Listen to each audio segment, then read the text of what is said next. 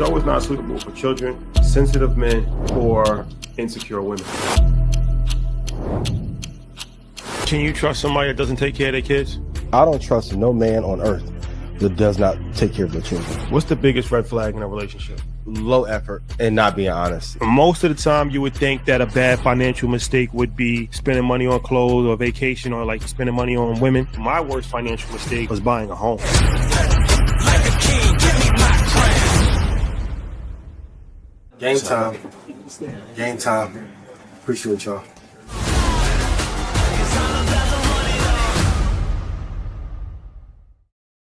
What's the deal? We live? We live. What's the deal, man? How you feeling? Feeling great. Had a great episode last week. Shout out to the brother 19 Keys. One of my favorite people on earth. Yeah, classic for sure. Classic. If you missed it, tune in, but I'm feeling good. How you feeling? I feel good, man. I feel good. It's a lot going on in the world right now, but you know, it's a blessing to be able to be on the call list, the wake up call list. For sure. Made the wake up call list. Yeah. Everything's a blessing. That's a fact. Everything's a blessing. Even adversity that some of y'all may be going through, it's a blessing. And it just hasn't been revealed yet. 100%. 100%. So, man, we got a lot to talk about. First and foremost, wanted to say we got a dope episode coming out tomorrow. NIL panel discussion, 6:00 on Earn Your Leisure's YouTube channel. Check that out. Yeah. Check out thank you. Check out Foundation Forward, our limited series with on Hulu with Chase and Mass Appeal, out now streaming. And on my support back business brand, I got the Dead Homies merch. This is actually my cousin's Nightmares. Beautiful Nightmares. Okay. Yeah, Beautiful Nightmares is the clothing brand. Shout out to Price Tag Atlanta. If you're in Atlanta, go to Price Tag Atlanta and Buckhead. Yeah, shout out to all my ATL people out there, man. Shout out to ATL, Atlanta, the city. That's a fact. Yeah. Ian, anything that you would like to say before we get started? If you want to get rich from the market, go to ianinvest.com. I'll tell you where to get in, where to get out, what stocks will lead the AI revolution, which will lead the quantum revolution. If I made you money, please put yes in chat. I said I was going to put less stocks in this month, and I kept adding. I got into the zone, so going Kajabi for the prices. Stock Club call this week was amazing. The replay will be out Friday at 5 p.m. Central. And let's have an amazing show. Let's do it. So, all right. Man, so much to talk about. We got a guest coming on a little bit, but I want to talk about Donald Trump saying that the Tylenol, yeah, is linked to autism. Let me just read exactly what he said. And I don't want to offend anybody. But the Trump administration announced that the use of Tylenol during pregnancy may be linked to an increased risk of autism and stated that pregnant women should limit its use unless medically necessary. And then, you know, the internet, they're instructing doctors not to prescribe Tylenol to pregnant patients. FDA, they're putting out warnings to all pregnant women not to take Tylenol.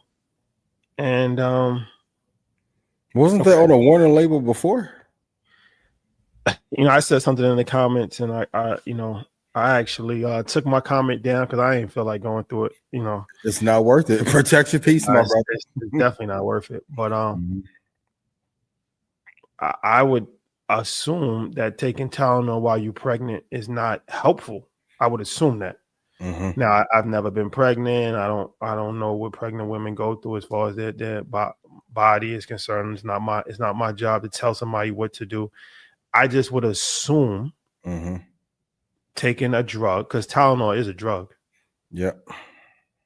I would assume taking any type of drug would have some level of adverse side effect potentially Potentially. while you're pregnant, just like any other drug would, right? That's what I would just assume. But hey, what do I know? I'm not a medical doctor. Nope. I took that MCAT one time and quit all my little medical aspirations. So I'm not a doctor. But it does give you a warning about the effects that it can have on your kidneys if you take it for too long. I also got sent something from a doctor who said we all know it's the Tylenol administered after the vaccines. These are his words. The heavy metals accumulate in Tylenol inhibits CYP450, also impairing pathways, and what you get is inflammation in the brain, triggering damage to neurons. Hence, autism is created. Those are his words, not mine. Second thing I thought, man, Johnson & Johnson spun off Tylenol right in time. I wonder if they knew this was going to come down the pipeline. Because remember, they spun this off with a couple other products and made a whole new company. Some of you have been asking, should you short the stock? It's too late. It's too late to short the stock. But I thought there was a risk warning for pregnant women to not take these. And even if you're healthy, it's not the best for your heart or your kidneys to take these long term.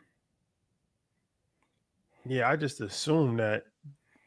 I assume because I was talking to a woman, and she was just saying like, yeah, why would you take Tylenol while you're pregnant? She's somebody that has children. Yeah. But there's a lot of women that was like, no, that's like you don't understand what women go through when they're pregnant, and we're just supposed to suffer, and so No, I'm we like, don't want you to suffer. I'm staying out of it. I'm staying out of it. Also, staying out of it. The Western world makes a lot of money off of soft poisoning the population. Going back to what we talked about Monday. By design, education system is broken, but by design, healthcare is broken. And they want a sicker population. So I'm staying out of the autism conversation, but overall, they don't want American citizens to be healthier and a collective consciousness to form while we're going through the burning of the new Rome. So, but good move, staying out of it. Not your fight. Man, that's 100%. That's 100% facts, man. It's one of these things where, like I said, I don't know if it causes autism or not. I wouldn't go that far, but I would just think that Tylenol is something that you probably would not want to take when you're pregnant. There are adverse effects, even if you are healthy. There's a bunch of, if you go to like herbalist or just to relieve pain, there's a bunch of tricks and hacks they can give you, or herbs they can give you to relieve the pain. And I also love talking to doctors and asking them, how often would you take said medicine? That's the true test. I think over the next year is going to be a lot of interesting revelations about the thing Kyrie got in trouble for, which I don't want us to get in trouble for. But I think there's going to be some revelations that come out about that to state that he was absolutely right. Just be mindful of the things that you're putting into your body and if they are for your benefit or not. I'm not anti healthcare. I think it has a purpose, but if the only source of taking care of your body is Western medicine, I think you are ill-informed at best. What kind of remedies do you use? Prayer, God, ice bath. If it get real bad, I may take one, but I'm limiting. Even like if I have a cold, I may take Theraflu or something 1 or 2 days. The rest, I'm gonna thug it out. So okay, so let's go through this situation as far as okay, the FDA plans to approve Luvorin to treat children with cerebral deficit autistic symptoms, but stresses it is not a cure. Research shows potential benefits for verbal communication through evidence, though evidence is limited. Officials also urge horses, Tylenol in pregnancy. All right. Well, it looks like they also have not a cure for autism, but a treatment that they're trying to push, that the administration said that they're pushing. And I believe that Dr. Oz's firm is behind the treatment. That's what they said allegedly. So now they say money. they rolling out the autism thing in phases. First it was the Tylenol, don't take Tylenol because it causes autism. Then it was the next new drug that can treat autism, not cure it, but treat it and help people with it. Dr. Oz's firm is behind that. Dr. Oz, a strong advocate for Donald Trump during the election and post-election. Coincidence? Above my pay grade. I think the timing is interesting, and I think RFK has some good assessments in trying to make the country healthier again. I do think that people are weaponizing this relationship, though. So, the autism rate definitely has increased since we were kids, for sure. I have to do some more research about the funding cycle and who owns said product, and go back to that prompt that I gave you guys at InvestFest and follow the money at all times. Okay. All right. Put in chat. What do you think? Do you think that this is on the up and up? You think it's a little?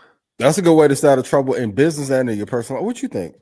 What do you think? Tell me your perspective. What do you think? Speaking of that, what's the best way to de-escalate an argument in a relationship, or de-escalate tension in relationships? Only give people 2 chances to argue. I've broken this rule. It doesn't work. One of my friends, Adrian, shout out to her because she got me on this alignment thing. When things are in alignment, you aren't going to have blow-ups and fights like that. You may have a disagreement. You may not see things eye to eye, but like knockdown, drag-out fights, you shouldn't even be having. So I tell every business-wise, hey, if you cross the line twice, the first one, warning, cool. Maybe you had a bad day. Maybe you took too many Tylenol the night before. Time 2, let's wrap it up. Let's wrap it up, because people only do to you what you allow them to do based on the boundaries that you set. Like, you can give a person 20 chances. If you give them 20, they're going to fuck up 19 times. This isn't personal. This is why I even tell people, hey, I'm not loaning no more money out.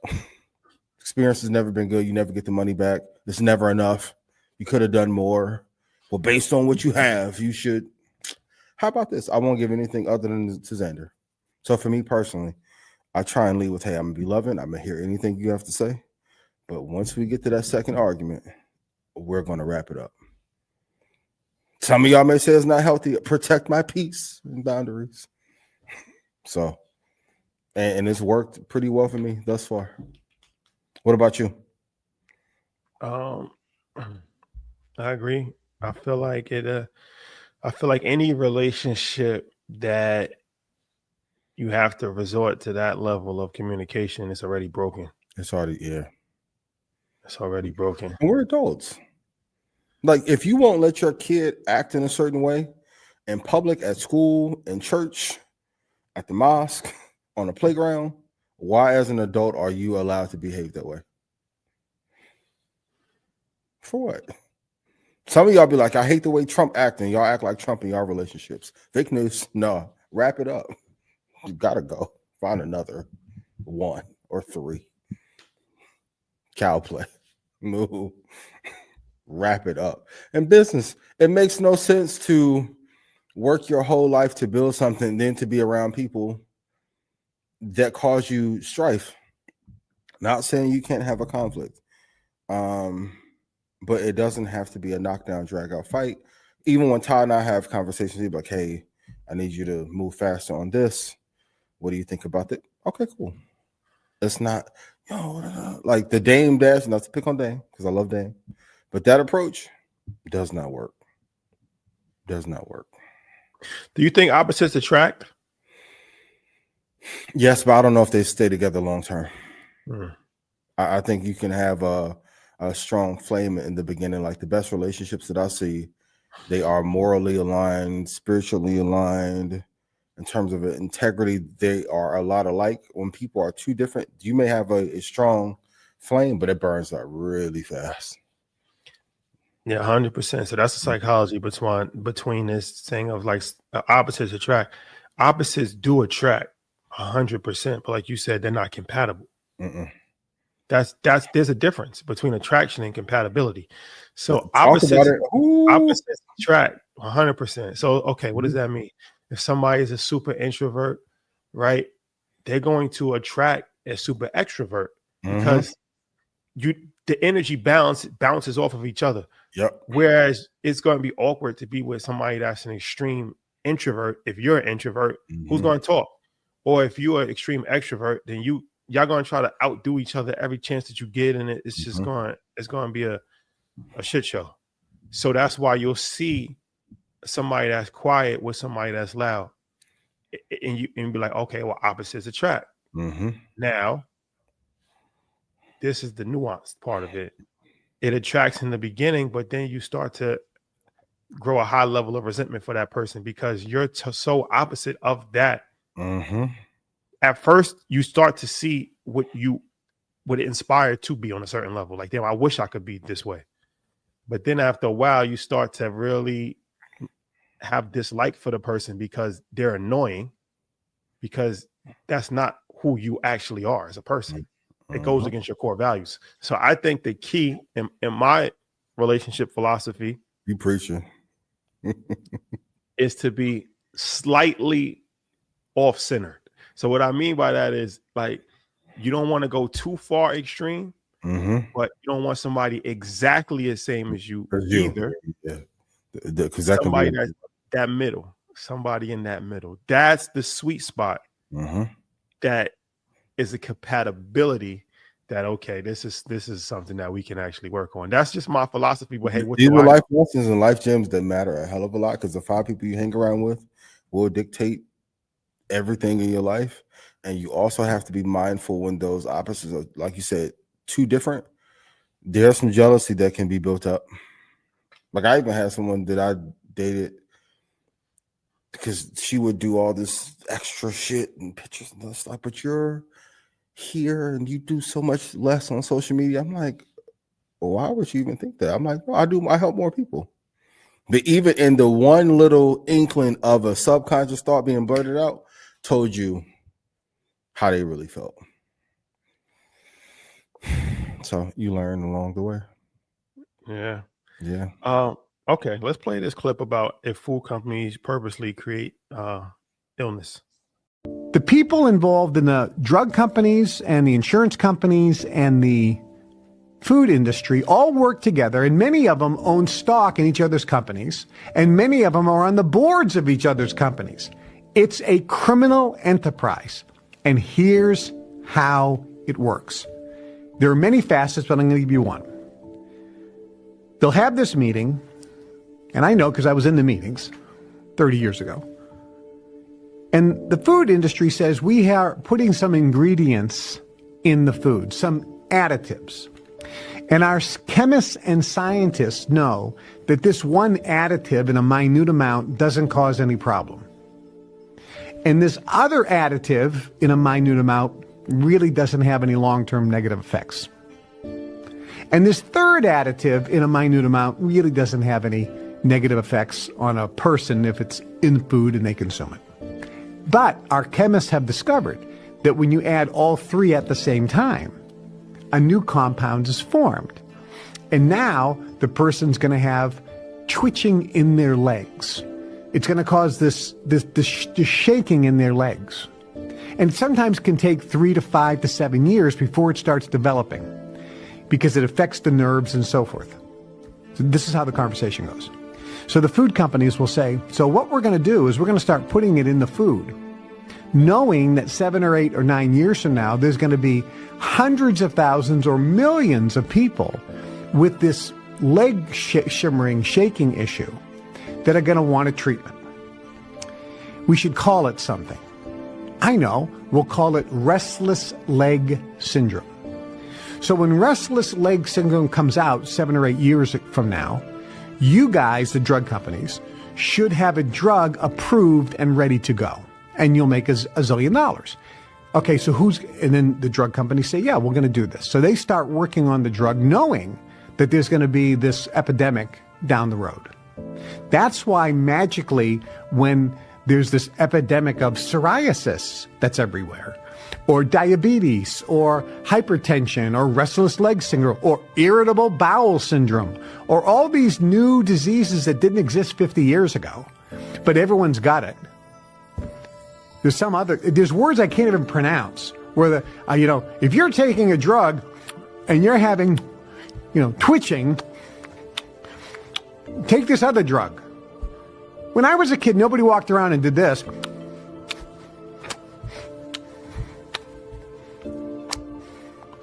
But now it's like all over television in America, and it's like a common occurrence.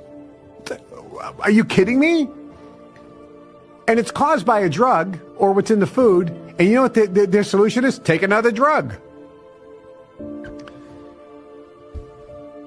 Then the insurance companies get involved and say, how can we make money on this? So they have to get the government, which is your taxpayer money, and they work out a deal through the lobbyists to make sure that this drug is paid for by insurance and effectively paid for by the government. Perfect.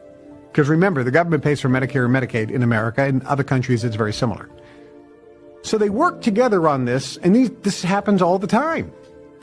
This is how they make their money.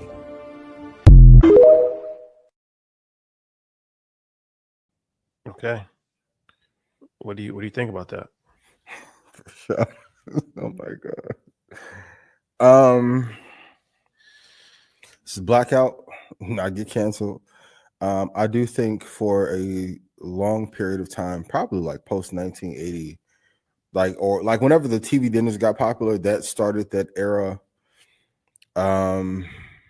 Would I say on purpose? For legal reasons? No. Is there a correlation between the food products that are pushed in America that are unhealthier than other places in the world by design? Absolutely. Even I was watching an interview with a doctor, and he's like, just even the rate of people that are having heart attacks and angina between the ages of 28 to 35 has increased probably 40% over the last 40 years, just solely off of food products and pesticides in the system. He was like, he's a cardiologist. He's like, I've never seen so many young people have heart problems due to mold in food poisoning, as he called it. So, yeah,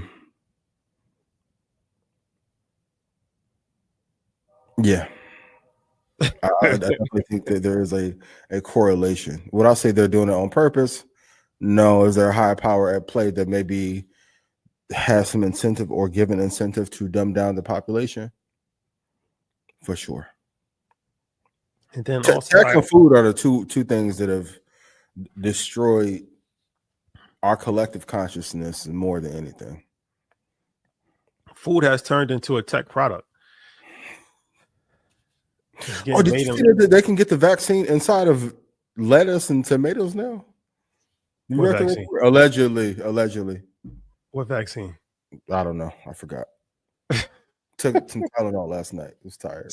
So I posted this on Instagram as far as pigs in America. So extremely crowded conditions, poor ventilation, and filth in factory farms cause such rampant disease in pigs that 70% of them have pneumonia by the time they are sent to the slaughterhouse. Mm-hmm. In order to keep pigs alive in conditions that would otherwise kill them and promote unnaturally fast growth, the industry keeps pigs on a steady diet of antibiotics that we depend on to treat human illness. This overuse of antibiotics has led to a development of superbacteria, or antibiotic resistant bacterial strains. The ham, bacon, and sausage that you're eating may make the drugs that your doctor prescribes the next time you get sick completely ineffective. They've been telling you not to eat the swine for years. 4 years for sure. But then also it also goes back as far as, okay, this is happening with so many different animals. As far as I saw a documentary, the size of a chicken. The size of a chicken in 2024 compared to the size of a chicken in 1980 is unbelievable. It's unbelievable. Yep. It's like 10 times bigger. It's like 10 times bigger. And it's so this is really scary because it's like, okay, even fish, you know, especially these farm grown fish, don't eat that for sure. But a lot of the oceans have been polluted. So for the people that's out there that's like, okay, well, Shaka Bars is going to post something about this every single day, no matter what I do. What can I eat? If I can't, like, you know what I'm saying? Like, no matter what I eat, I'm going to be screwed. Go to Shaka Bars page. But it's even tough to find seeded watermelon. Like, I remember when you get seeded watermelon on the side of the road from a guy in a truck. And now any place you go to, the seeds are not organic. So, I don't know. Maybe we can have Shaka Bars on. I do know when you go out the country, though, this is not as prevalent of an issue. Even the size of chickens. Like sometimes I'll be in Mexico, a chicken is like this big. In America, it should look like Phil Heath in 2005. A chicken this damn big. Oh, no. Not healthy. And chicken is not that white. Like KFC chicken is like cocaine white on the inside. Because we've run the society based off of profit. So I mean, you got to maximize profit. I mean, you got to have bigger chickens. It's a lot of food product that is being sold for sure. And the truth is, at a lot of these places, the food isn't even that good. Even at some finer dining establishments, the food isn't as good for sure as home cooked meal. So there's definitely a correlation there between the sickness in the country and how much we are pushed to eat out at restaurants and stuff like that, and the quality of food that they're giving us. So are you paranoid when it comes to food? Hell yeah. What? I think me and you both share that paranoid. Even when we was talking Monday about like putting the kid in the Uber. Ooh, what? Solo? Food? Nope. I even changed my name on when I get my stuff delivered on Uber Eats. No. Michael Williams, drop it off. Thank you. Poison my shit. No.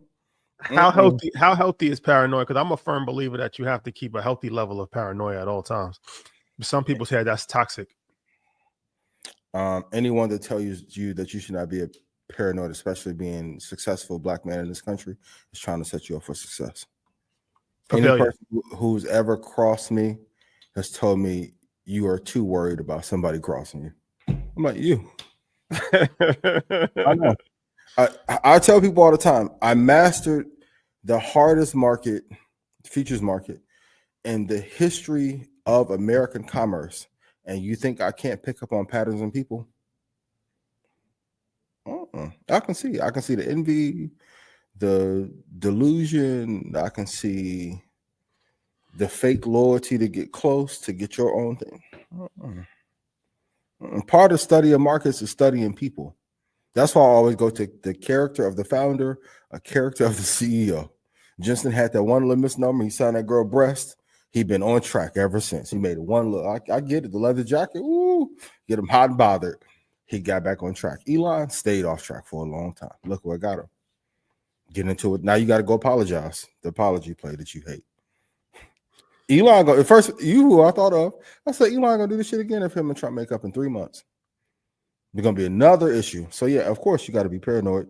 I don't think you should be like Howard Hughes level recluse, but you always have to figure out, in a worst case scenario, what could happen, and the best case scenario, what can happen. But to think that everything's going to be okay and think that we live in just a a loving, pure world. That's not the world we live in. It's not the world we live in. Does that impact your relationships? No, Like because I expect people just to be who they are. I think people make the mistake of hoping too often that a person is better than what they present themselves to be. I only need 3 weeks. If I get 3 weeks with a person, just get to see how they move and operate and don't put any emotion on it, I'll have a baseline for their character and their habits. A lot of times people will say, well, this is going to get better. If they're operating at 50% effort, why do you think it's going to be 85% in 3 weeks? You only need 3 weeks to figure out a person? Oh, for sure. Especially with GPT and Claude and Perplexity. What? It used to take like 2 or 3 months. What do you mean? You putting people's psychological profile in ChatGPT to run the risk reward ratio? Good shot. Yes, ma'am. Sometimes, especially if I have some issues about or concerns about how this business dealing can go, I'll look at, let's see the last 4 years of deals, how they went. Just want to see. Like you gave me a call one time about somebody. Hey, no matter what happened, don't say nothing bad. Hey, there's a track record of performance of this person. It takes the emotion, and if I have any true concerns, I'll call my mom and dad and say, "Hey, what you think?" I'm like, wait on that. So, and I think all these things are healthy because when you don't, people's lives go into ruin. Like Cardi is doing well. We can talk about her album in a little bit, but her and Offset, shout to both, love y'all dearly. They've been crashing out online over each other. But if you would have did the assessment, that's a classic case of both parties hoping that each party would be better than what they were. Allegedly. Yeah, I agree. I agree. How you feel about her album? Speaking of Cardi. Bro, I'm not gonna lie. It's probably one of the best albums of the year. Really? And she over-delivered on what I thought she was gonna do. And I think, truth be told, she's done a great job promoting, but I think her label's trying to sabotage her. Because if I had those hits on my album and I'm out in a bodega and selling my album in Times Square, no, give me a bigger rollout. I shouldn't have to tell Gayle King I got a baby to promote my album. What? I know they was mad because she waited 8 years or whatever, but she is a mega star. It's a lot of good songs on the album. It was a couple. I was like, damn, I want to go to camp. Let me call Big J so I can hit these outside. No pun intended. But what you think of it? I mean, I'll tell you this. I didn't get a chance to listen to it yet, but everybody that I heard said that it is really dope album. But one thing I respect about Cardi from a business standpoint is that she's relentless in her marketing. She's relentless in her drive. She's relentless, and she's gonna make it. Whether she was loving hip hop, she marketed herself. She knew that my personality is going to get me over the door. That like if people liked her personality before they even heard the music. Yeah, like then the music, then like she knows how to position herself. Like she don't stop. She's relentless. And I felt like this was one of the best marketing campaigns that I've saw in recent years, as far as her really just going back to the essence of it, and it's authentic to New York City. If you're from New York, things that she was doing was very relatable, as far as selling the CDs on 125th Street, going to the train in the bodega.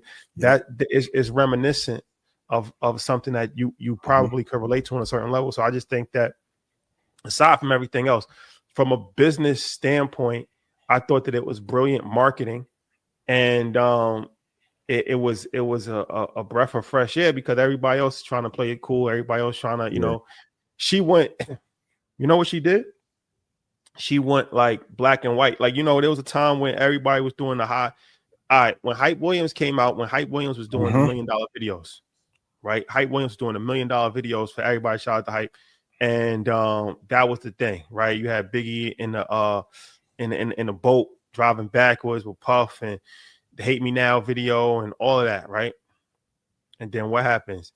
DMX comes out, Get At Me, dog, black and white, let's take it back to the streets. Like, that line that he drew in the sand was like, but that's actually a marketing tactic. You do the exact opposite of what everyone else is doing, and it worked. And I feel like that's sometimes like, and even for us, we've done that a variety of different times when it's like everybody do the high level lifestyle marketing. All right, let's do something. Let's strip it down. Like, you know what I mean? Like, let's strip it down, because when everybody goes, and the best advice I ever got on social media when I first started from my mentor in social media, shout out to Val, she was like, look at what everybody in your space is doing, study what everybody in your space is doing, and do the exact opposite. Do the opposite. Yep. You do not want to blend in with anyone else. It's a great business lesson. And her back was against the wall. That's the part that's not, they almost tried to sabotage her with hits. So 100. she is incredibly resilient, very likable. And Bia and JT, y'all better call that girl and apologize. Bia, I don't know what you did. Bia, you got about 2 more months before you get an apology off, because she's gonna go on tour and she's gonna be saying your name all tour. We just seen what happened to my boy last year. You can't withstand it. Good lesson in business. Know who you can beat before you can go into the war. 100%.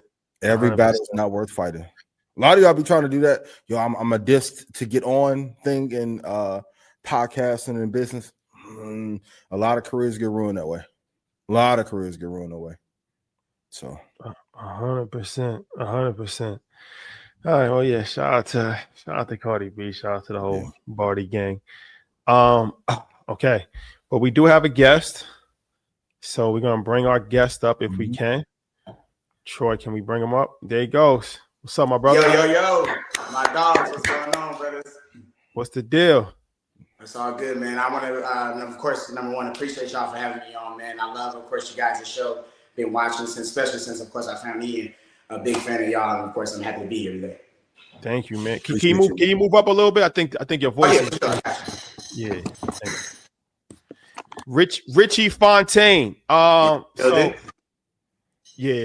So honestly, I just got turned on to you. Pause. Hey, that's crazy.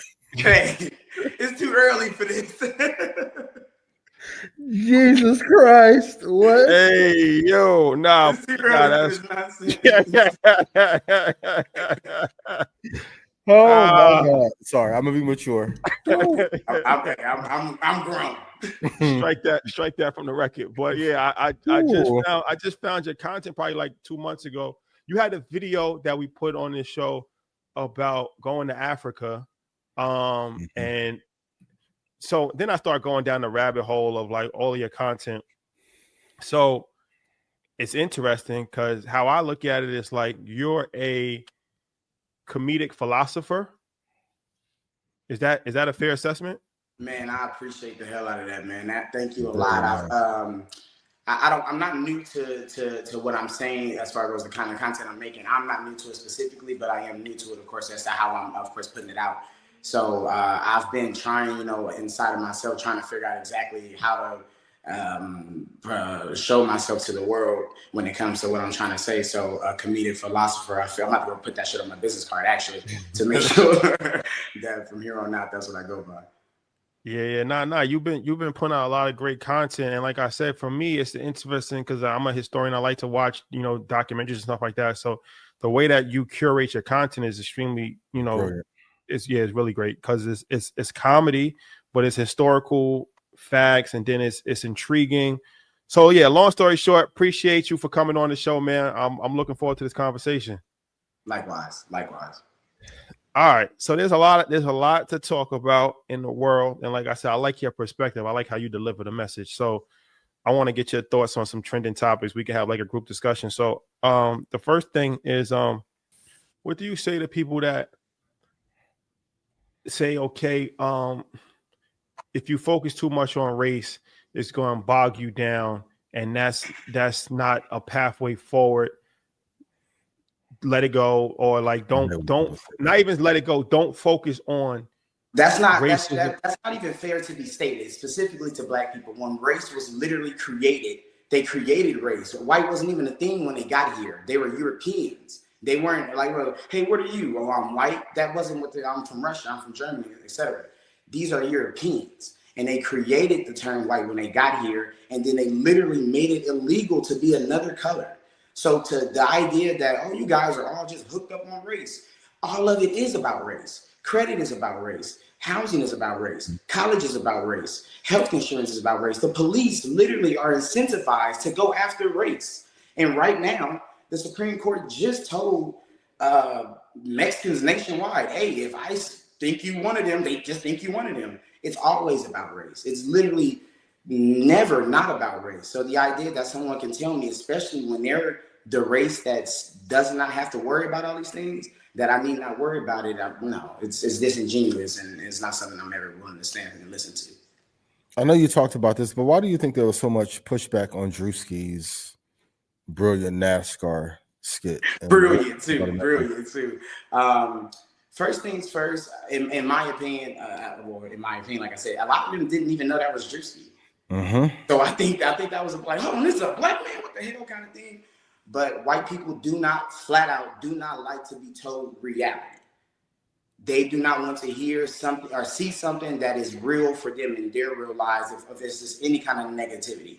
So him putting on, of course, the white paint is one thing. But then he showed a little racism when he was, of course, somewhat harassing a black dude that was at the NASCAR event. And it's like, well, that's just what y'all do. He didn't get this. He didn't put this paint on. I was like, I'm just about to make up some shit that they never do, and I'm just gonna go from there. No, black people don't go to NASCAR events for, number one, I don't think we're that really interested in fast cars, but for a very specific reason, because we know y'all are there. And that's a lot of reasons why black people don't do a lot of things, is because we know there's another group of people there. So I think the pushback on it was, first things first, just laugh. I thought it wasn't all about race, so I forgot where's the laughter at. But also, how are you upset at reality? They told us not to be upset at facts. You can't say it to us and then turn around and do it. You're from Compton, California? Yeah, I was originally born in Compton, California, Martin Luther King Hospital in '91. So I'm LA baby, Compton baby, etc. And your family's from the South and migrated to? Well, my grandmother was born in Memphis, and my other grandmother was born here in Texas. But of course, both moved to California and for 20, 30 years before I was ever born. So my entire family is from California. What's your thoughts on FBA movement? They're a bit of a confusing group to me. Time out. Because I fully understand. Time out. Fake news. No. Are they? That's gang. Listen, that's the pyro of the smart black intellectual. I'm telling you, man. I'm with the idea that even like because there's a lot of people who are like deniers of the transatlantic slave trade. Like there's a good amount of black people who are like, hey, I don't think it was real, I don't think it was like that, etc. I'm not here to argue that, and that's semantics. There's a group of us who believe that, of course, we are from here originally, and we are, so on and so forth. And there's history out there, and pictures and facts to even argue this debate. I don't care about none of that. I'm confused on why you're so dedicated and I guess prideful over something or over a place that does not like you. So the notion that we're foundational Black Americans, and this is our home, and we need to fight for everything we have, and we need to continue. And how long do we got? Ask yourself as a Black American, because we got our freedom 56 years ago. How long do we have? You got another 56 years to gamble with the politicians. You got another 56 years to gamble with the police and housing. You got another 56 years to gamble with health, the healthcare system. We've seen what these systems do to us. We see what credit does to us. We see these systems. But you want to put 50 some odd more years into it because we're foundational to this land? I don't understand that. My home here is foundational.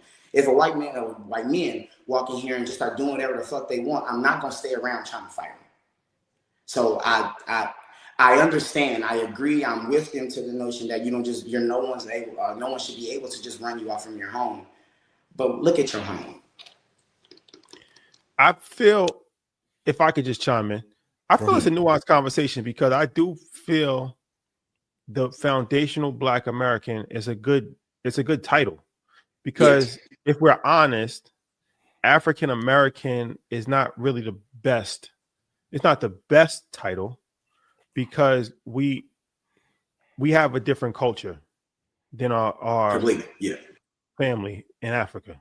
And I spend a lot of time in Africa. So that's not a derogatory thing to Africans. That's reality, It's just the reality. Like, we are different. We have a different culture. We have different understandings on things. We have some similarities as well, but we're different. So I think that was important. Dictate genealogy? Huh? I said, does culture dictate genealogy? Well, then you have to look at what level genealogy are you referring to? Because everybody comes from Africa at a certain point. Yeah. So how far, you know what I mean? So it's like that. So I understand the name and I understand the movement. I'm actually I'm in line with that. The problem that I have sometimes is I'm not an extremist. I just don't understand why you would not want to do business, not just with Africa, but every country in the world, and explore every country in the world and be open. Like, I always looked at myself as a citizen of the world. I'm not beholden to, like, I'm American, so I can't leave America. I'm only going to build in America, or America first. Like, well, no, not really. I mean, if there's opportunities in America, then yeah, I'm all for it. But the opportunities in Ghana, the opportunities in Japan, if the opportunities in Jamaica, I'm not going to limit myself to one particular country. I just think that that's a very limiting mindset, and it's not a workable model. If you look at the statistics, like, it's not like, okay, we're thriving in America. So why, if you're not doing well in one place, you should at least be open to opportunity outside. And to piggyback, this is what I mean, because literally this is what the Europeans did. This is the model was there. I don't know why you would argue against success. When they was like, all right, we're not getting it in here. We're out here in Europe. We're fucked up. Let's just leave. Now, granted, they left and did, whatever they did, but they did leave. The idea that Black Americans must stay here, in my opinion, is weaponized trauma.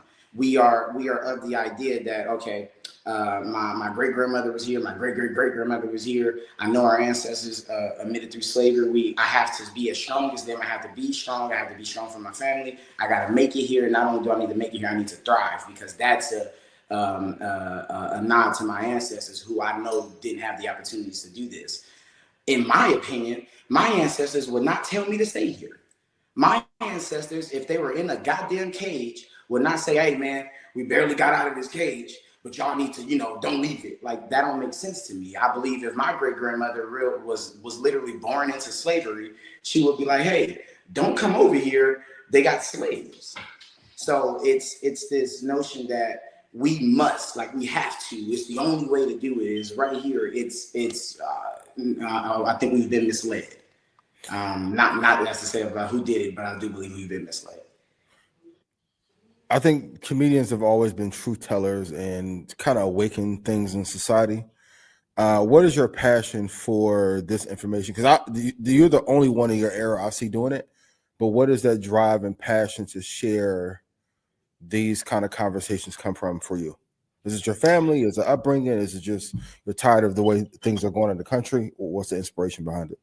Well, it's my upbringing. I know it has a lot to do with it. Because like I said, I'm from California. My mama had three. I almost raised a baby. My mama had 4 kids. Unfortunately, we didn't really have much when we were growing up. So everything that I've gotten to this point is on my own. I had put my feet on the ground, put my hands on something. So wanting better for me, myself, of course, specifically, and that, of course, just entire to my family. My big sister, who's bust her ass, and has amassed a good amount of money as well as a good amount of success. I watched her do this, and I watched the struggles, of course, that come with it. In my opinion, especially after watching my mother, in my opinion, these things aren't necessary. I do not believe you're meant to struggle as a Black person in order to be successful. I do not believe you have to go through these treacherous steps in order to finally achieve these goals that you've admitted to. And I base this idea because a lot of us, especially in the past, we thought that the ways to success is sports or entertainment. That's not due to the fact that we're just good athletes and we can entertain. That's due to the fact that we knew as Black people that might be a roof over these other industries. There might be a roof in being a lawyer, a doctor, a scientist. There's the NASA movie for in the movie, but these are rocket scientists who they did not credit with, with what they did in order to help us get to space. So as a Black person, you know that going into these different industries, and you're like, man, not only might not get the credit, I might get fucked over out of something that I've done, which happened to us, as y'all know, So without self-determination, which I believe the Black American has never had, without this self-determination, we are, I guess, trapped in these certain industries and aspects, or else I don't think that shit is fair, because the white man does not grow up thinking that he might have an issue if he tries to be a lawyer at a white lawyer firm, or he's not going to get hired at this hospital, even though, of course, he's fully capable of doing the job. They hired a real estate agent, but essentially a highly decorated real estate agent to be the fucking president of the United States. And then you turn around, and during the same election, they're telling me that Kamala Harris wasn't qualified to do the job. Even if she's not good, like she wasn't a good VP, that's fine. But she was the literal VP, and she worked in all three sectors of government. How is she not qualified? Well, the goddamn... I would think he was a real estate agent. I don't think he was a real estate agent. Fair. Yeah. A highly decorated real estate agent. No, it's funny as hell, though. So the entirety of this idea is back to self-determination. Of course, you mean you got up, y'all went to work, y'all completed, of course, the task at hand, and you became successful through it. I'm sure you have books and, of course, things of that nature that says everything that you had to go through to it. But do you want your sons and daughters to have to go through the same struggles that you did in order to get to this? I don't see that. I don't see why that's a necessity. I don't see why I have to every day navigate the police and then know that I'm about to bring a son into this world who will have to do the same goddamn thing. I don't see why that's a necessity for us. So in my opinion, in my mind, it just ties back to self-determination. If we're able to stand in front of it, especially in the country that I'm referring to, if we're able to stand in front of a Black female president with Black police officers, Black congressmen, Black doctors, everyone is either African or Black. I think not us specifically, but I think our children have a completely different worldly view based on the work we've done. So are you personally going to move out of America? Without question. So the game the game plan for me and my family right now is pushing maybe 2 years, 3 years.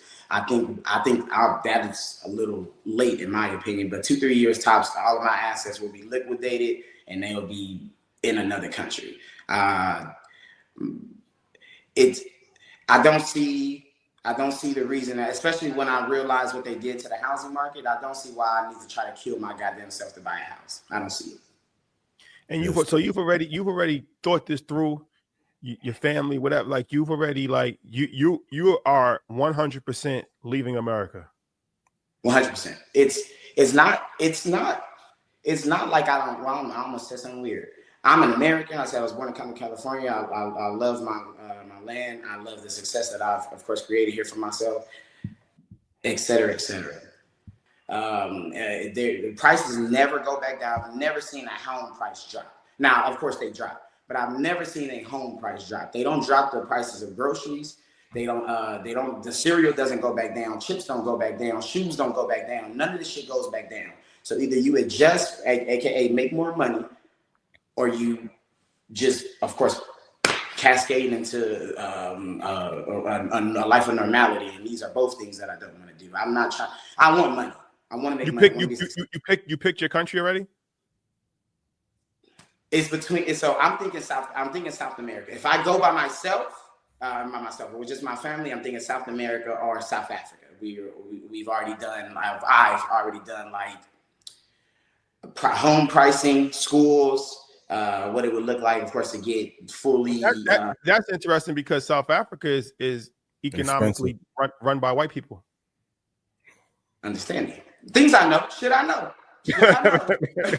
Shit, I know. But again, based on my mass migration idea versus just me idea, I'm not gonna go down there and fuck their whole shit up. It's unfortunate that I can't. I would like to, but I can't. So I'm gonna go down there and of course get in where I fit in. When it comes to mass migration, that's a whole, of course, different argument. A quick question: What are the for both of you?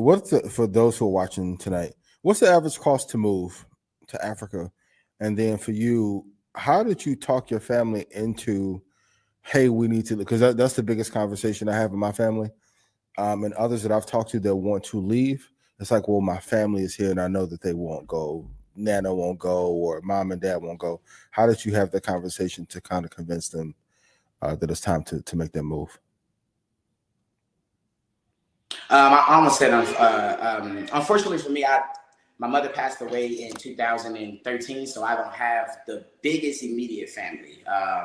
To be honest, it's my immediate family is my brothers, my two little brothers, my sister, and the kids that they have. So my nephews, my cousins, and my auntie, so on and so forth. Of course, they live here in Texas with us, but they won't need no goddamn convincing. It's not really not that complicated of a scenario. I'm showing the money, and when it comes to Black people and when it comes to money, it's a very, very big decider as to how things are going to move forward. I've explained the exchange rate. I've explained what we could do with when it comes to 10 people leaving the country with $4,000-5,000, not even. Oh yeah, $5,000. Yep. $4,000-5,000 and grouping together. We do not know the kind of economic power we hold in these other countries, and that's on purpose, number one. But we do not know the kind of economic power we hold in these countries. My sister owns this home. She owns another one. She owns a big ass lot. So on and so forth. I've been talking to her for about 2 months now, telling her, hey, I'm gonna liquidate all of this shit. And she's a millionaire here, but she's gonna be a shitload of a millionaire in any African, not any African country, but most African countries, as well as most South American countries. So money is a huge driver, but also I got 3 nephews, all young Black boys who have to go outside and handle what's out there. And my sister knows that. She's watched me handle what's out there, as well as my little brother. So she doesn't need too much of a headlock to understand it, more so of make sure that the plan, is cement, so we won't have no issues when we get over there. Yeah, no, it's a good conversation because a few things. Like, I follow this page, Passport Heavy. Shout out to Jabril. He did a segment where he interviewed some Black gentlemen, older Black gentlemen in Panama. Yeah, and they was retired. I think I forgot what they did for a living previously, but they was living off of a pension. Long story short, and they was just saying how the money that they was receiving on a monthly basis, how far it was going in Panama. And they was like, it was really a no-brainer. There was a lot of fear, and it was just like, it's like, but once you actually put yourself in that situation and you actually see financially the value of the money that you have and you're receiving, what it can do for you, and the standard of living, the standard of living that they have is just tremendous. Yes. Whereas in America, no matter how much money you get, you're never really rich. So that was an interesting perspective. And then when we was in Kenya, we interviewed Khalees. So she told us about her journey. Man, that was tight. Thank you, appreciate it. And she was just saying, like, she didn't really intend to move out there. She just went out there. She liked it. One thing led to the next. And then she just started sending, like, for each one of her family members individually, like, it's just like her sister came, and then like the mother. So it's like, before you know it, they just had their whole family out there. And they was like, when they came, they just saw it. Like, they saw it for themselves. Like, damn, I could actually, all right, with this amount of money, I could get this, and I'm gonna have a driver for $500 a month, like a chef for $500 a month. Like, I'm saying, it's kind of a no-brainer as far as that's concerned. Man, we are here, especially as Black Americans, because but one of our main goals, of course, is to not only make it, is to thrive. We're trying to thrive. We see other Black, and that's what the fucking trap is. I as a Black man, have seen other rich Black men. Like, if they could do it, I can do it. And that's the goddamn trap. I'm fully under the impression that I can make money here. I've already done it. I'm not confused on that. I'm confused on why my money gotta keep making more money. I'm confused Inflation. on why if I decide to take even a breather, that this can catch up to me and flip my whole world upside down. I'm confused on why if you get sick, you might be out of the goddamn home. I'm confused on why you can't break a leg at work because you won't have a job to go back to. All of these things are just inbred, like you're born into it, so it's a normality to you. And this is not normal. These things are not normal. Capitalism is not a normal thing. It's not normal that the dollar has lost 13% of its value this year. It's not a normality. We are being squeezed. And as of course, and as the title you are, that's you trying to, I ain't gonna let nobody squeeze me. I'm just gonna work harder. I work hard already, G. I'm not trying to die for it. Yeah. And I think American capitalism, either you cross over and of course you actually make it, you actually thrive, you're actually successful, or they're gonna fucking kill you trying to get there. And I don't see why every black, especially someone of course who hasn't had the opportunity to be born into it, why you have to accept that as a reality. What's the plan for when you move to keep the business thriving? Do you plan to buy everything outright and then have no bills? Like, what's the plan for that social media? Because I think a lot of people want to move, but the fear I hear sometimes is, well, I don't know how to keep what I have going here in the States, make it thrive absolutely. There. What's your plan to keep things afloat? When it comes to a business that you have here in America, I would need every single black person. Number one, as a business owner, is you would have to be okay with the relinquishment of this. You can't be thinking the world is about to change, because I'm saying some shit that's going to change the world. You can't be thinking the world is about to change and I can just keep everything normal. It's not going to go like that. It's going to require adjustment. That's number one. If you have a business here that can be moved, we're going to move it. It's as simple as that. If your business can be done anywhere, it's going to be done there. So if you do what is landscaping, grass grows everywhere, trees grow everywhere. Move your goddamn landscaping business, of course, over to another nation. But when it comes to something that's solidified and stuck in America, I'm not here to say I don't care. But I do want to say that American imperialism, especially specifically in our minds, American imperialism cannot travel across the water with you. That's not something that I'm asking for you to pack. And I have that in like this huge folder where I've created a pathway to break down what we've been taught. Business is important. Business needs, of course, to continue. Each and every business that a black person has here now, as long as it doesn't harm us, I would like, of course, for that to be seen, moved over, and continue. But you cannot bring the thought process that you're doing American things in another country. So that's something that I believe is a little later down the line to be able to fully answer that question. You said you had a program to reconstruct people how we've been programmed. So the mental, there's of course, because I researched it. I researched therapists for a few different reasons, but researching therapists in order to see how to undress you mentally. And I'm not a therapist, obviously, but I didn't create it, but I found it and was able to piece things together. So firstly, you'll be tested, literally.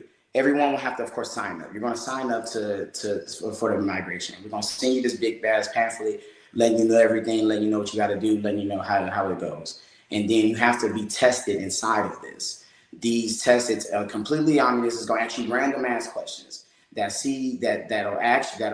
essentially asking you what kind of person you are. You won't know why the questions make sense with each other. So there's 12 of them I have here on my iPad.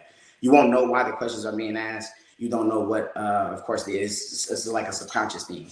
And as we get the answers back, it allows us to understand what type of imperialism you're going through. And I thought it was a crazy thing, but as I was reading, I was like, oh, this kind of makes sense, actually. So I'll allow doctors and therapists, of course, to fine tune it to make sure that it's a complete program. And as soon as you press play or start taking it to whatever it is, that it's literally it allows us to see who you are kind of quickly. But it is something that I have here. So what's a few of the biggest things that us as a people collectively need to be reprogrammed on thinking? Great question. Community, number one. Community, I believe, is the absolute number one thing. First things first, I don't live in the hood anymore. Coming from the hood, all we knew was outside. Right now, here in the suburbs, these goddamn kids don't come out here. And I know it's black kids out here. I do not see them on the street. I don't know my neighbors. When I lived in my apartment building, I barely knew any of my goddamn neighbors. We do not know each other. So that's the first issue here. When it comes to community, of course, when the civil rights crack epidemic came in, daddies on the streets, so on and so forth, I feel like going into history. But we've been broken apart from each other, and they've taught us single individualness on purpose. So when you think that you have to be the rich nigga and y'all can't be the rich niggas. You think that you got to be the successful nigga and y'all can't be successful niggas together. You think that it's only enough money for you to get and you can't really put nobody else on because they gonna fuck with your bag. These things are taught to us in individualism in order, of course, to add to American capitalism. If you, the man, know, okay, I got 20 bands here, I'm gonna start a business for me. I'm gonna hire a couple of the homies, but I'm not gonna put them in a position to run nothing normal. I'm gonna put them in a position, of course, to actually own for their own. I'm just becoming a man myself. That is taught to you due to the fact that you are trying to thrive here. When do you teach? When are we taught at any point in time outside of sports, especially black men outside of sports? When are you taught to be a team? You're not. You're not. You're not taught to be a team outside of sports. And even in sports, they highlight one guy, not one guy, but they highlight this guy. Everyone is taught to be the top. We are trying to teach people to be the base, to be the foundation. When it comes to something simple as one of the programs that I've thought of is when we are literally building in scale, we have groups of people who have decided, okay, this is the city we'll live in. You are literally tasked with going, so let's group 100 people. These 100 people decided this is the city they're going to live in. This group of 100 people is tasked with being general contractors to help build this neighborhood. So literally, Ian, your house is being built on 18th Street. And while they're building on 18th Street, of course, you can be involved if that's the group that you're in. If you're involved in building your home, fine. If not, you on 19th Street helping build Miss Eldridge's home because she's fucking 60, 70 years old. And you know these people from the gate. You know these people from the time that they move in. You know these people. And this becomes more of a commune. You now walk the streets and you say hi to your neighbors. You now walk the streets and you're looking out for others. We do not know the kids anymore. We don't know our neighbors' children. When it comes to my family, I'm basically like the only one. I'm really like the only one of my friends who don't have kids, and I got these though. I'm really one of the only my friends who don't have kids, and I try my absolute best to know all of the kids, and not just know their names, but like have a relationship with them. So when they see me, it's like, hey, Uncle Rich. This is not a thing to us anymore. We're just trying to get money because we don't have another damn choice. So when it comes to learn that we're a community, we're a team, we're people, we're one. And I think that just that foundation will change a lot of our mindset moving forward. You're one of the few people I see that still goes viral. For those who are watching tonight that run a business, and for both of you, what's the blueprint to going viral without having to pay into the ad system in 2025? I don't know, man. No, we're not. You're not finna drop all this knowledge and be like, I don't know how to go viral. Every car video. Listen. I mean, of course, me personally, I'm just here to say some real shit. That's when I pull my camera, I'm like, gang, I can make niggas laugh. I can get on. I've never really gotten to the skits. I can make niggas laugh and get on and do the skits. Don't got nothing to do with nothing. Oh, my baby mama cheating on me, and I just caught her in. Like, I can do these things. It's not complicated to do. It's fucking comedy, and a lot of it is just recycled shit that we've seen before. So it's I guess I'm aiming to be real. And with that being stated, people are feeling that, and that's where, of course, the virality comes from. I don't get in the car and like, well, I'm about to go viral on this one, or ever put my camera like I'm about to go viral on this one. I hope all this shit go viral, but it's not the game plan. I think putting my phone out and saying I'm about to put something on them that they need to think about, and that's what I get from it. Rashad, what about you? I mean, I think Well, for me, like it's really studying the algorithm for sure, because things change so much as far as content. Even like we just had a video that did well with we was talking about Xi Jinping and Putin. No, we was talking about Trump when he was in London with all the CEOs. And when I was telling Chris, I'm like, all right, make this video a little different. Make it honestly, I was watching Shannon Sharp, and I'm like, all right, that's why I'm like, do the half and half, do the B-roll on the bottom, just make it more engaging. I just think like as a content creator, you always have to challenge yourself. Like I think people think content creation is something that's easy. It's not. I look at content creation as no different than somebody that's in Hollywood or somebody that's, like doing albums. You got to constantly, the landscape constantly changes. So from an algorithm standpoint, but also like, okay, what are you going to do to keep people engaged? What's the key words that you're going to do to actually trigger people to actually watch the video? What's the opening statement?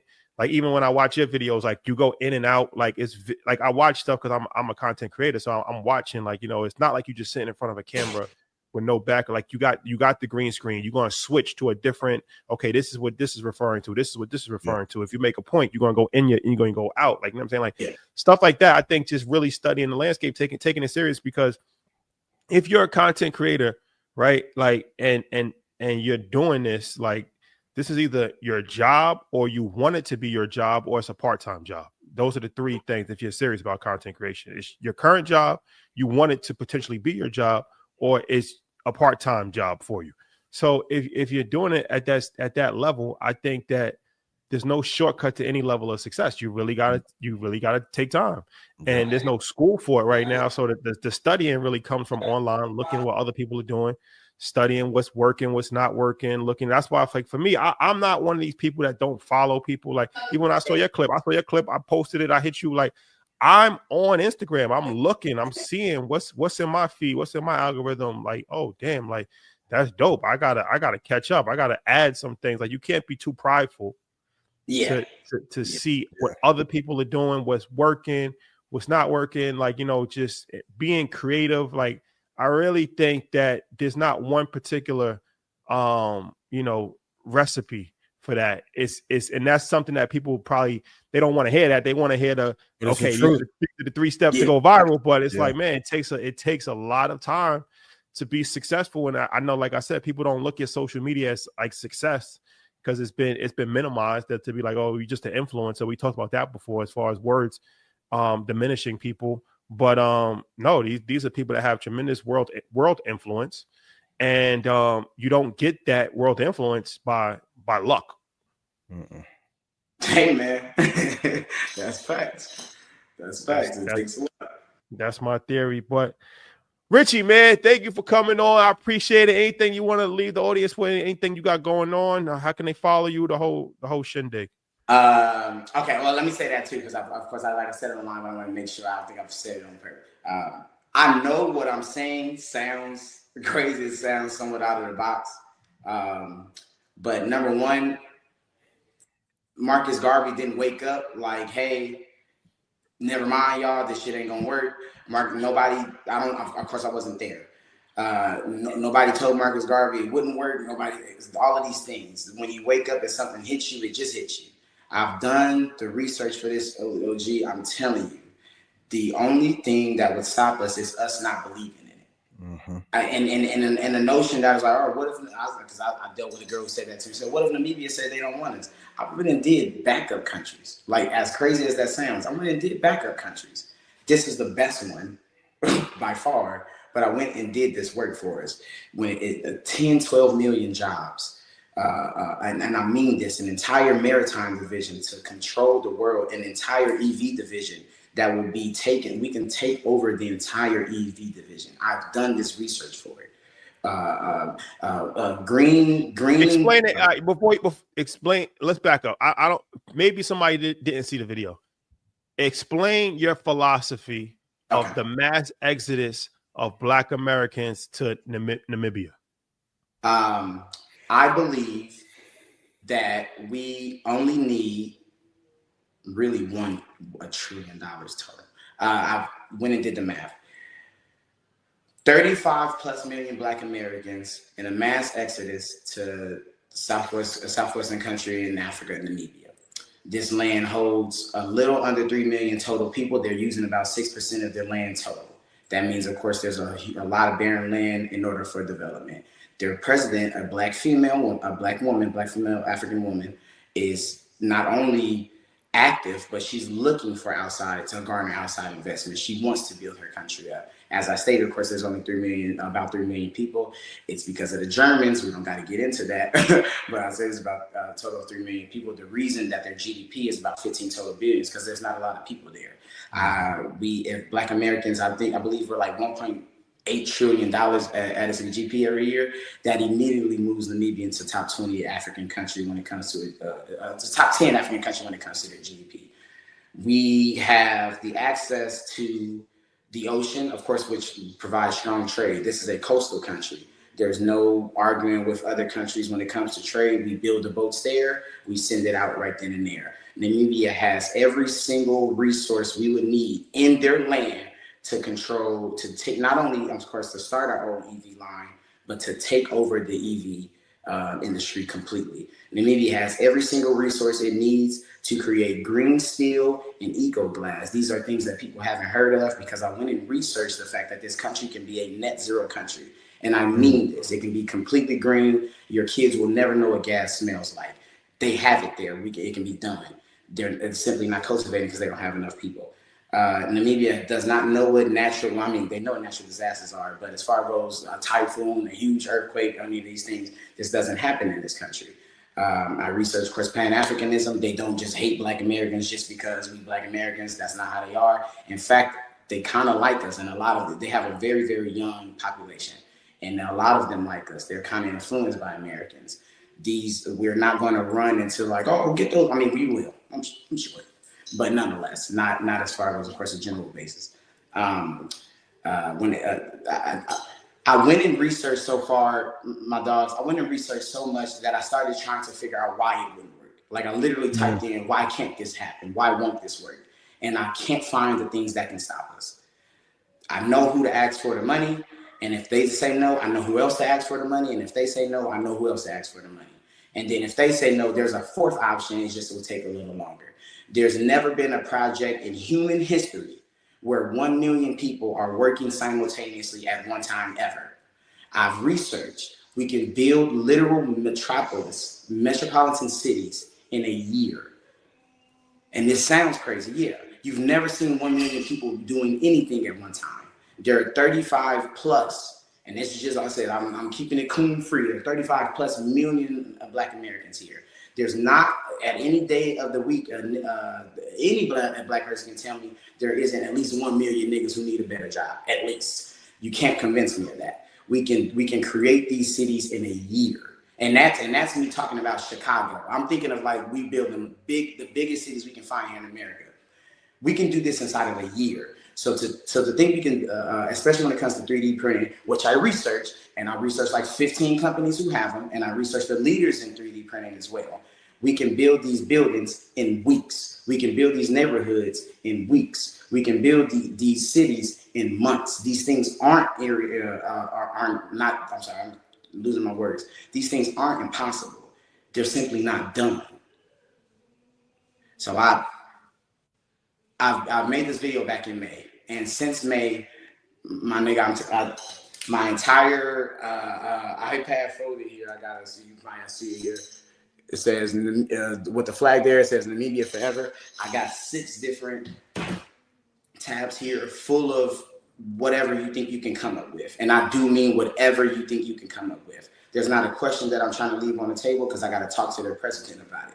So, like I said at the beginning of this, I know that sounds crazy to say, but I think staying here and just risking it with these people is crazy. So you're serious about this? I've never been more serious about anything else. You're serious about moving? So you want to move 1 million Black Americans to Namibia? To start, I need 100,000 Black Americans. I need 100,000 professionals. That is 20,000 city planners, 20,000 electricians.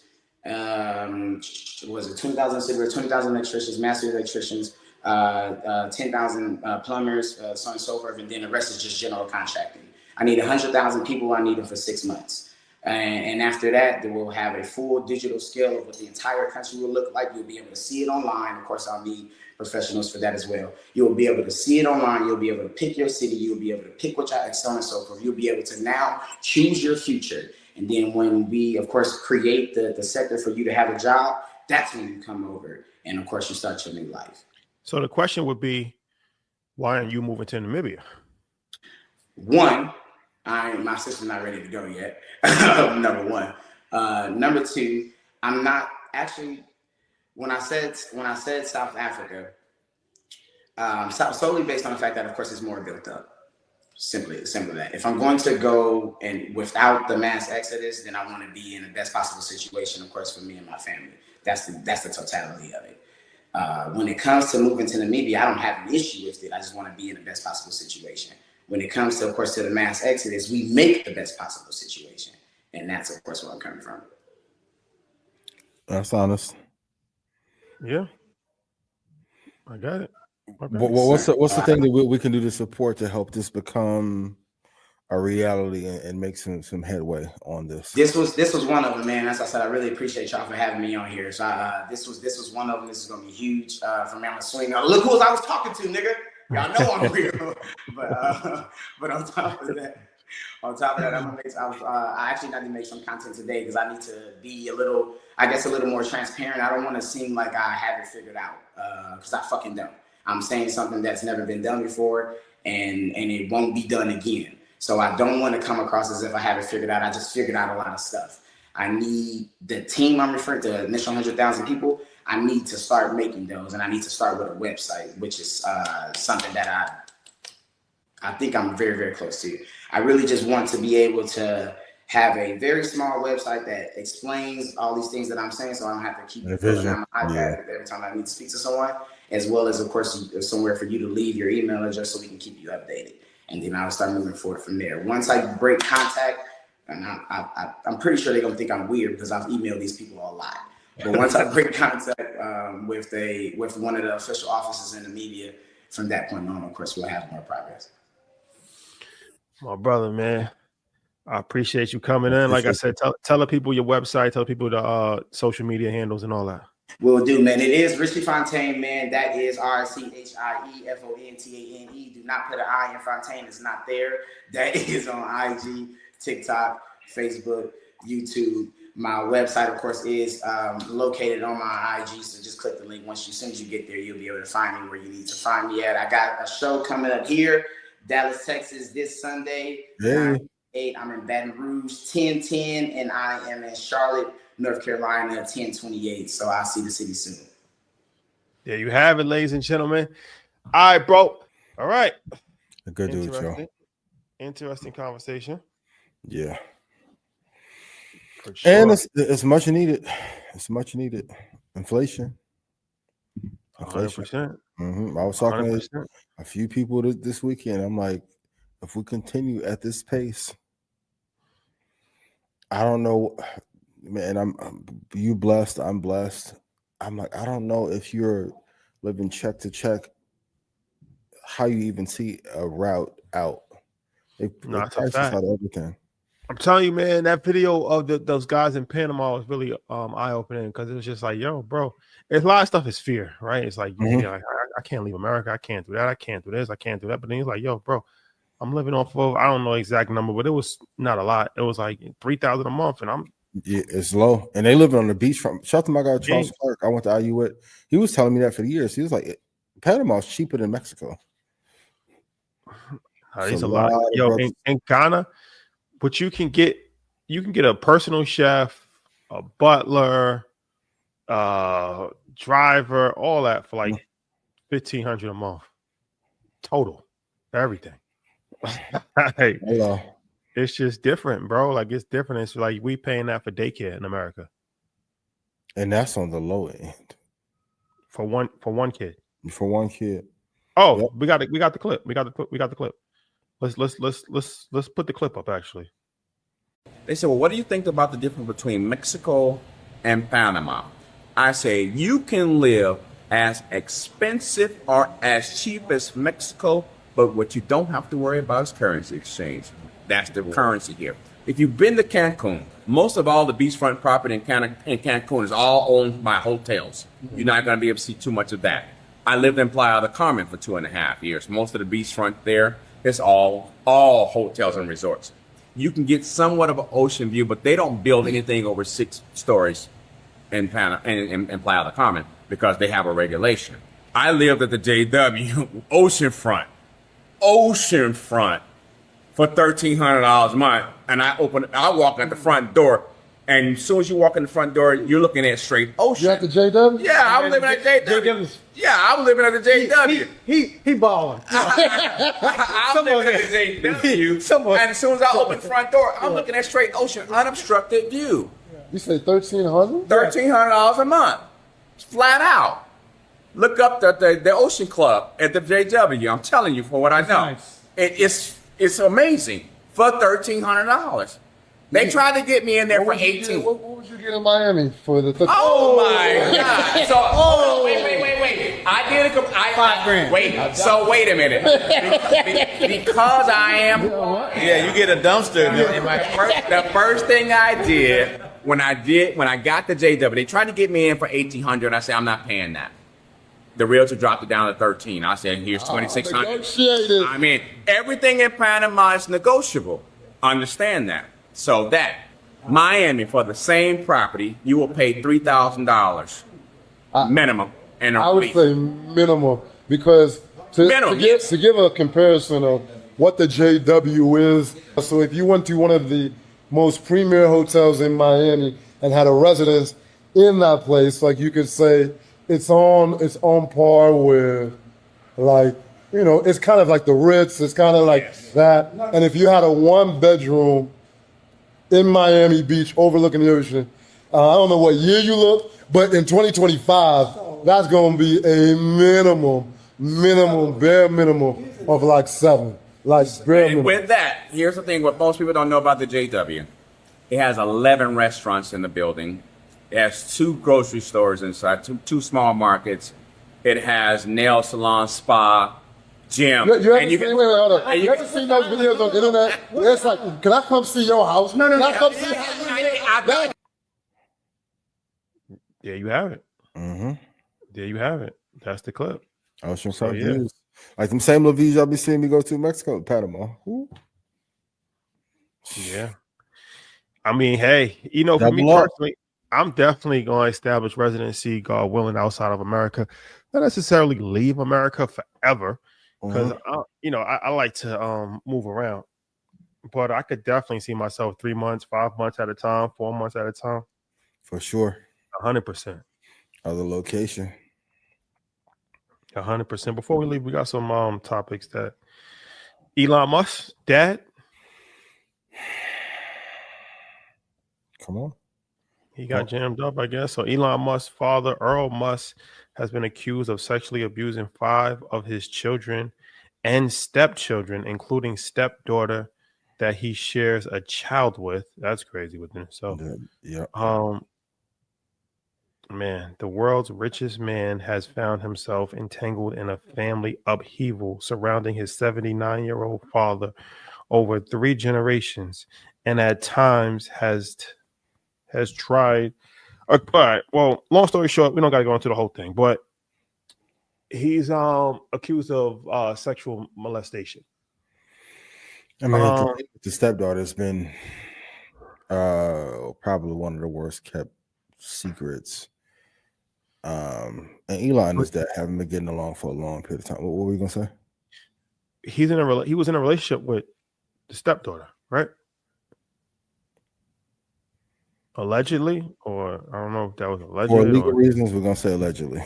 Allegedly. Since I've been here in Texas, that's always been the word on the street. Allegedly.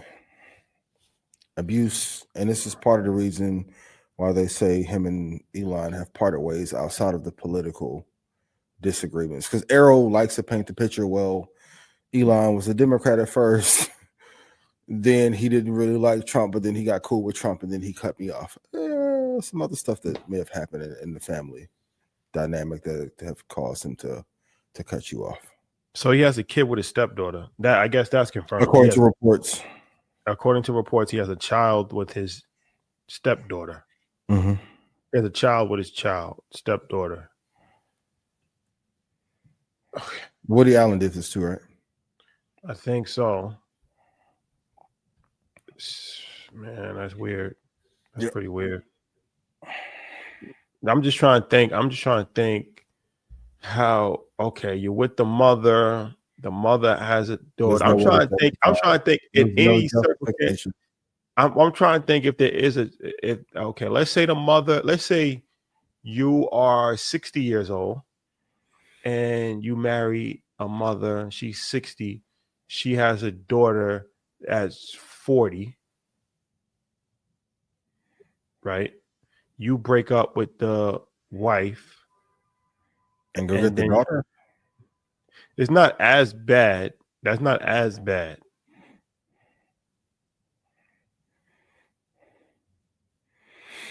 Weird, extremely weird. But I think his situation was a young situation. Yeah. It's weird. It's very weird. But you could tell a lot about somebody's parents by their children a lot of times. Not all the times, but a lot of times. So and some of the afflictions and troubles. You start to see children acting certain ways. It's like, okay, there's some level of dysfunction that happened in that household. Man, me personally, I think that anybody that takes advantage of children is the lowest level of human being possible. Yeah. Like that to me is like disgusting. A child molester, a rapist. Those are the two lowest people in the world for me. Yep. Scum of the slum. Mm-hmm. But especially child molesters. I don't know how you got to be a different type of sick person to really take advantage of somebody that is not even able to protect themselves. Yep. Be careful. I always tell people everyone doesn't have the integrity and moral fiber that you do. Be mindful. Even here in Houston, it's rest in peace to the girl they found in the bayou. But there's been a few murders that have happened here and a few years ago in Austin. Just be mindful of your surroundings and be mindful of people, because there's a lot of evil shit out here. Going back to that paranoia point, people are like, there's certain things that are happening now, even in cults and sex rings. Keep your eyes on your children. Even like when I let Xander go to his friend's house, I'm going with you to the friend's house. It may not be the parents. It may be a friend of family. I don't want to take no chances. How you feel about sleepovers? Ain't no sleepovers. Never? Ain't no sleepovers, bro. For my kid? Never? Ain't no sleepovers. Under no circumstances. You want to know my real thought? Yeah. We are too high profile and too, like, even just honestly speaking, just the talks on security that I have to have with family and friends are too in depth to even risk it. People out here are hurting, and coming from where I come from, man, I knew people who were robbing for $300 and $400, let alone if they can get 40 or 50 or 100,000 off of somebody. But no sleepovers. So I'm gonna go get all that shit up under my bed and go load it up, and I'm gonna crash out about mine. Ain't no sleepovers. Yeah, the sleepover thing, I never really knew how big of a thing, because me, I come from a really, really big family. So when I was growing up, sleepovers was every weekend somebody was sleeping. Somebody, yep. Like whether I was going over my cousin's house, they was coming over my house. That was very normal. Let's just say that when I was growing, for me, my personal upbringing, it was extreme, but it wasn't like I was just sleeping over my random friend's house. I was sleeping over my family's house most of the time. Mm-hmm. I think I might have had a couple sleepovers over a friend's house, but most of the time I sleep over, it was over my family's house, and vice versa. Like I said, so I always thought sleepovers was like normal, and then I became older, and I started to hear, horror stories, and I also started to just, understand like, damn, yeah, okay, I could see how something, and then just talking to different parents and stuff like that. So then I started to have a different level of understanding for sleepovers as an adult. So I mean, for me, like my thing is like if it's family, like close family. Yeah, for sure. 100%. If it's family, you know what I'm saying? Like, yeah. But because now what's big now is hotel parties are big. You heard it? You know about that? For sure. That's a big thing. Be mindful. Everyone, I always say, everyone doesn't have the moral character and fiber that you do. Sometimes, and I've seen it in other states, some of the parents will set something up and act like the kid-friendly parent to then manipulate the kids. You gotta be mindful. That's some sick. You also gotta be careful with these coaches. Coaches, conventions. Yep. That's Sandusky in Penn State. It's a bunch of them. Yep. But that was a lot. Even when I was young, there was some legendary AAU programs. There was a lot of speculation that a few for years, right? Guys that was running, and what they do is that they usually it's a profile. They look for kids that don't have fathers, kids that come from low social economic standpoints. They can like give them a pair of sneakers type shit, and like win favor. It's a pattern with predators. So you gotta be mindful of that too, because a lot of it, I won't say a lot, but there are some of these coaches, and it's happened with the girls gymnastics team. That's the highest level possible. That guy was running that. He was doing that for years. A lot of these coaches spend more time with the kids than their parents. And a lot of these coaches are essentially like parents to these kids. And it's a thin line between the psychological aspect that you have for a coach, because if a coach tell you to do something, you're trained to do it. Yeah. Right. And then like they play a lot of psychological games where they'll be like, okay, like, like, do you trust me? Like, you know what I'm saying? So it's like you gotta watch kids around coaches. And man, I hate to go down this pathway, but I mean, we've seen what happens in church. Yeah. You got to be careful at the conventions. There's be a lot of things that happen in all categories of church. You have to be very careful, even as they become teens. There was a story, I'm pretty sure you heard it. It was a guy who was playing basketball. His coach acted like somebody else was texting a player to send nudes. And then the coach told the kid he's getting finessed by the same person, so we got to engage in sexual acts so we don't get exposed. This happened for 2 years. And he was holding over him, well, if we don't do this, you'll probably lose your scholarship. Now, the family eventually sued, but to go through that for 2 years is horrific. No, 100%. And like you said, Terry Crews, as an adult, you know what I mean? He got touched. Groped. So no, 100%. So yeah, it really never stops. Honestly, like, you know what I'm saying, like you can get taken advantage of at any level. So you got to keep your head up and your eyes open. That's why all these exotic drugs that y'all be doing, you got to be careful, man. You wake up one day and it's like, oh shit, what happened? All that drinking, passing tequila around, you got to be careful.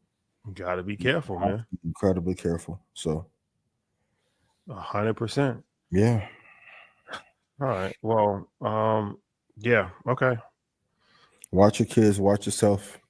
Keep your head on a swivel. There's a lot of craziness going on. There's a lot of creeps out there. For sure. And the crazy part, most of the creeps look like normal people. They don't 100%. Look like 100% crazy person you'll see on SVU. They look. You know what else happens a lot too is older women with younger men. It's not talked about, but it happened. That happened to a friend of mine at a high school. Like he actually sued the school. He was like in like 10th grade. He was in 10th grade. He was having a relationship with the teacher. The teacher's husband found out. threatened him. He had like psychological, he was emotional damage. Nobody has sympathy for the boy that's having, because they like, bro, you winning, you a winner in that. But it's like that can cause psychological. That's really abuse too, if you really think about it. It is. Yeah, it definitely is. It's not highlighted. Like, it's not looked at. It's not looked at the same way. But if you really think about it, that's abuse. Yeah, it is. Be careful. I know sometimes you can be too paranoid. I get it, but it's better to be safe than sorry. 100%. 100%. All right. Well, switching gears before we leave. Diddy is going to court in a few weeks, I think, beginning of October. And he had at least 3 people wrote character witnesses letters for him. Young Miami, October 3rd. Young Miami wrote a letter. His mom wrote a letter. Carl Thomas wrote a letter, actually. So just speaking to the character of Diddy, his mom was saying that she's in bad medical shape and she's an older woman at this point in time. She wanted to, spend some time with her son before it's over.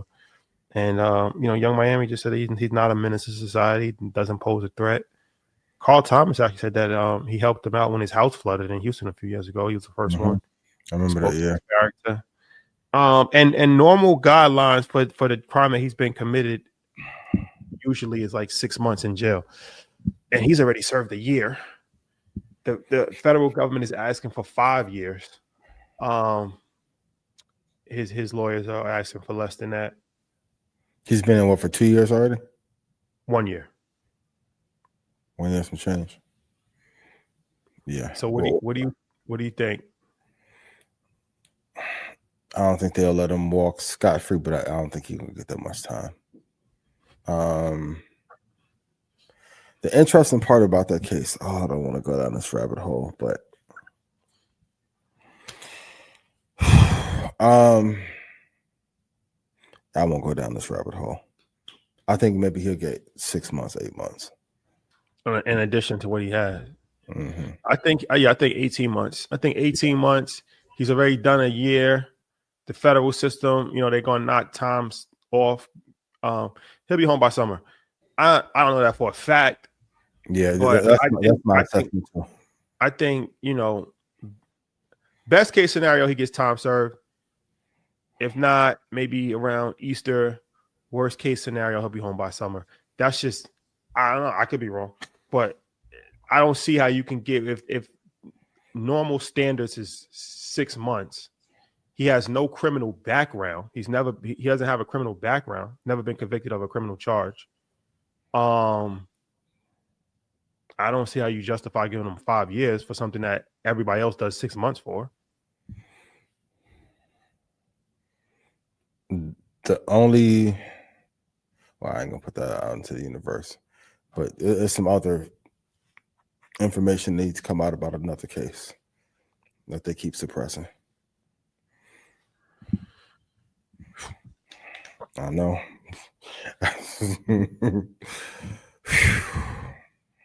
Crazy times. Like, you go in that underwear. Ooh, Lord. And I've had my thoughts on Diddy, but you can say he was a scapegoat for these charges given the other activity that's going on and that went on in the past. But it's above my pay grade. It's above my pay grade. Invest with Invesco, ladies and gentlemen. All blackout might not get pop out. Ooh. All right. Well, so much crazy stuff going on in the world. Like, and the crazy part, there are no more conspiracy theories to cover. They done told 100%. You the aliens real. RFK told you about the poisoning of the food. The fucking government is telling you about chemtrails and shit in real time. There's no more conspiracies to even cover, other than like where they moved the Bigfoot to.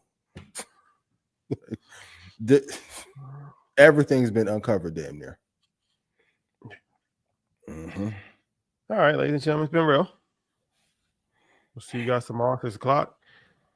Stock Club call. Yep. Stay. See. Oh my God, want to wrap up? Oh, we are going into cryptids. That's the only thing left.